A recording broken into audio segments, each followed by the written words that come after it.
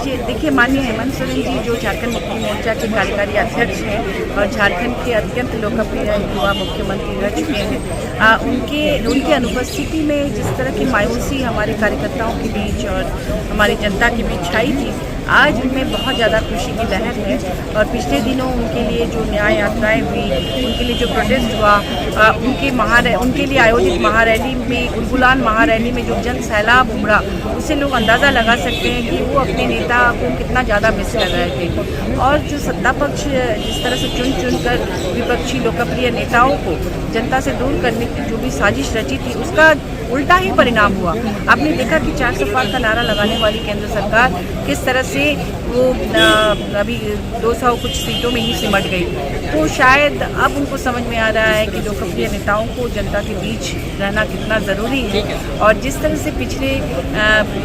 समय में जब 2014 के बाद हमारे झारखंड में भाजपा की सरकार थी, उस समय डबल इंजन की सरकार को हरा कर माननीय हेमंत सोरेन जी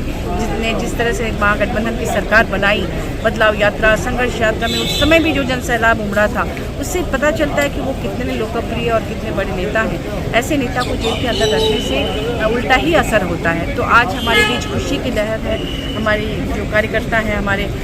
वो जश्न मनाने की तैयारी में है और हम लोग यही ईश्वर से दुआ करेंगे कि वो हमेशा कार्यकर्ताओं के बीच में रहें, जनता के बीच में रहें, ताकि जिस तरह से उन्होंने जो पॉलिसीज़ जनता के लिए लाई है झारखंड में, हर एक उम्र के लिए, बुजुर्गों के लिए, बच्चों के लिए, युवाओं के लिए,